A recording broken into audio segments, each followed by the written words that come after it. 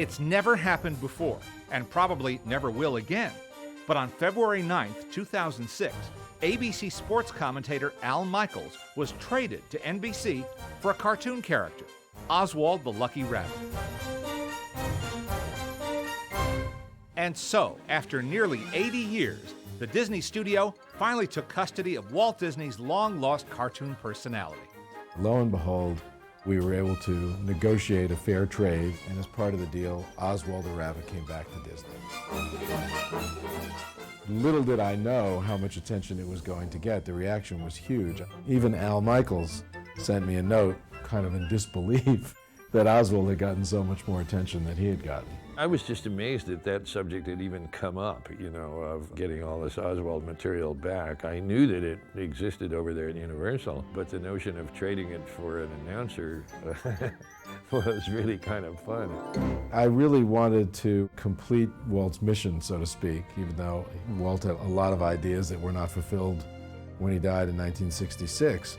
But I knew that there was always kind of an empty spot in his heart since Oswald left, and there was something about bringing Oswald back that seemed right, kind of bringing Oswald back to his rightful place.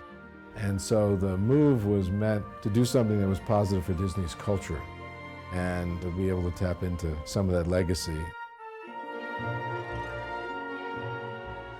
During the 1920s, a group of young animators in Hollywood, California, were navigating their way through uncharted waters in the animation business. The early Walt Disney Studio was headed by 25-year-old Walt Disney, his brother Roy Disney, and chief animator Ub Iwerks. The passion that Walt and Ub shared for the art of animation was unbridled. I think they were both awed by the animation art that they saw when they were young kids, when they were teenagers, and went and saw these very early attempts at cartoons. And they were both artistic, both artists, and this could be really fun. They were just a really teeny-weeny little group of people, My dad, of course, was in the other office trying to find the money for these guys to work with. But certainly Walt and Ub and a very few other people must have been a really tight little group that was having a lot of fun doing what they were doing.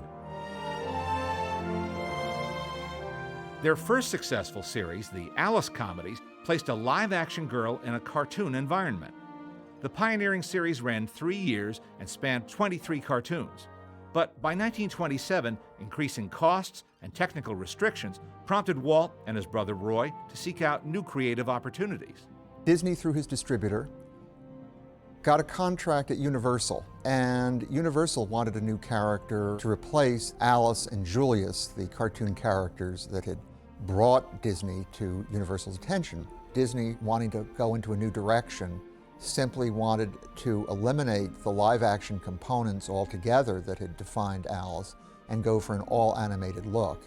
It became a collaboration between Disney and Iwerks to come up with a new character, and the result was Oswald the Lucky Rabbit.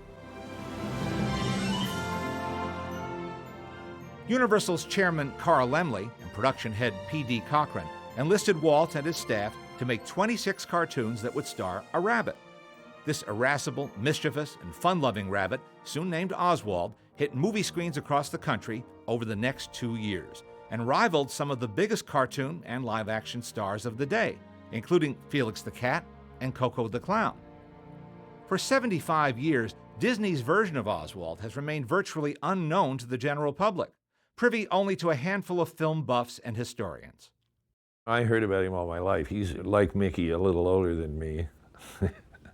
And even older than Mickey, of course. I've now seen a few Oswalds. To bring them back and to see that much further back into our history, it's really fun to know where you came from in a way.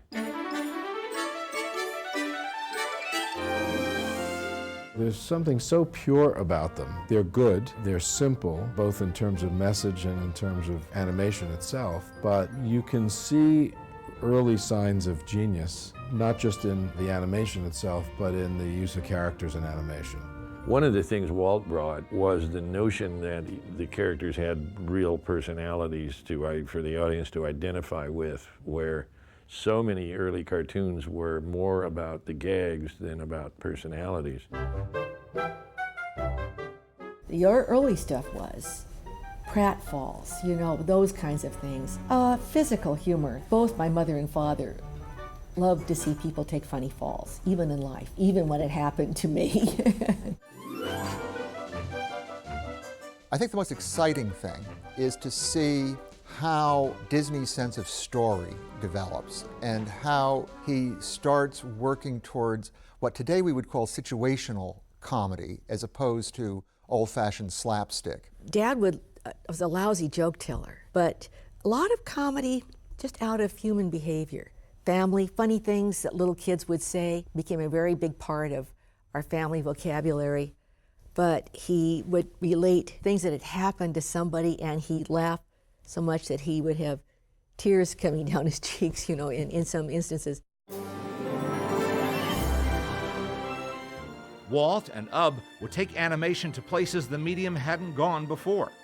Their joint explorations in developing personality gags and a more emboldened graphic style soon put their second cartoon, Trolley Troubles, on the animation map.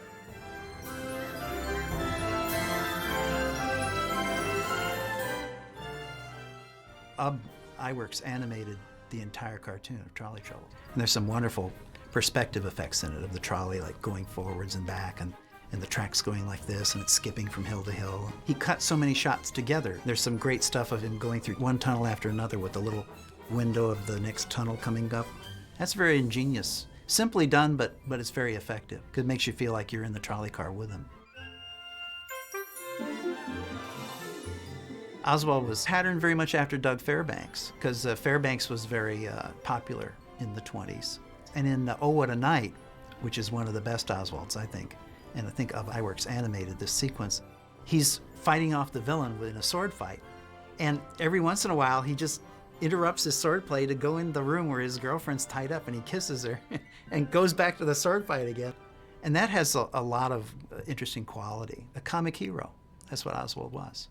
There's a lot of steps forward in pantomime acting. So they were really getting sharp at communicating just with poses and actions, what the characters want and what they're thinking too.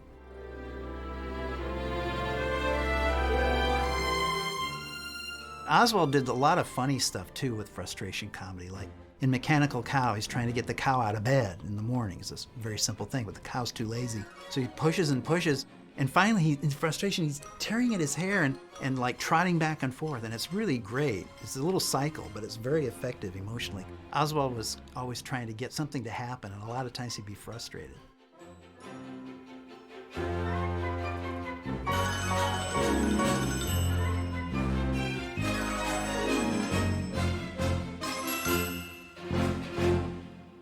The amount of work they did and the level of it was astonishingly good, and turning them out at some incredible rate. Still, it amazes me that in 2 weeks they could make a show, you know. You know, you always think about those shows like a year at least.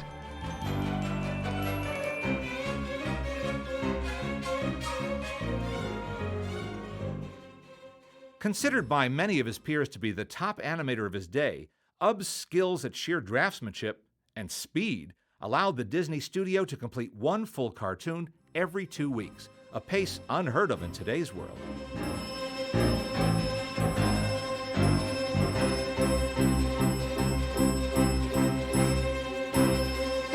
This is a nationwide distributor. It's Universal Pictures. It's one of the largest companies operating at that time. And suddenly, they have a celebrity on their hands. Anything having to do with movies in the 20s is going to give you some fame, but nothing of this dimension. For the first time, Disney's exposed to the world of merchandising with candy and pins and other tie-ins that were actively promoted by Universal. They did a stencil set, which is highly prized today, goes for many $1,000s. And there was a chocolate bar, an Oswald chocolate bar. I bet you can't find any of those that haven't melted by now. Universal pushed Oswald onto the world stage. He was embraced by audiences around the globe and drew the admiration of key New York animators when he made his debut at the famed Colony Theater on Broadway. The budget for the Oswalds was significantly greater than the budgets for the Alices. I think it was something like $22.50 a cartoon which would have been a handsome fee for someone who hadn't been established as Coco the Clown or Felix had become. Their whole philosophy was, you know, it's 5 minutes of entertainment and 5 minutes of laughs and fun and jokes and nothing else. That's what they were there for, to make people laugh and have a little fun for a few minutes.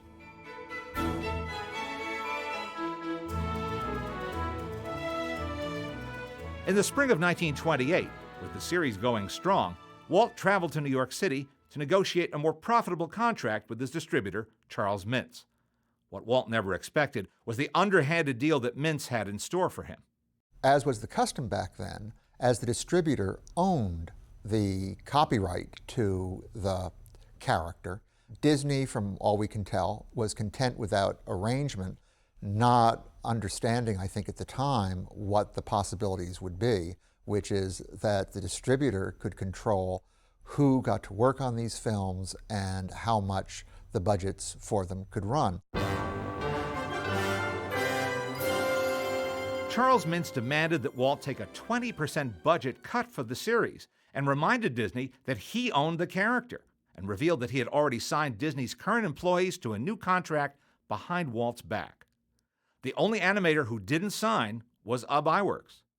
Shocked at this revelation, Disney refused the demand and quit. He boarded the train, now without a character or staff. But the long ride home was the road to a new future. Well, of course, the legend is that Walt was back in New York when he found out he'd lost Oswald, and on the train on the way home there was a mouse or something, and he said, well, I've got an idea for a new character. Over the next 2 weeks, animating at a record speed of up to 700 drawings a day, Iwerks worked in secret to give life to a new character, Mickey Mouse, with features and actions much inspired by Oswald the Lucky Rabbit. You can kind of look at Mickey and say that's Oswald with round ears, and kind of doing a lot of the same things, although I think Mickey took on a little bit more of a personality than Oswald had. Oswald was a little more just a character to play gags off of, and Mickey had sort of his own volition a little more.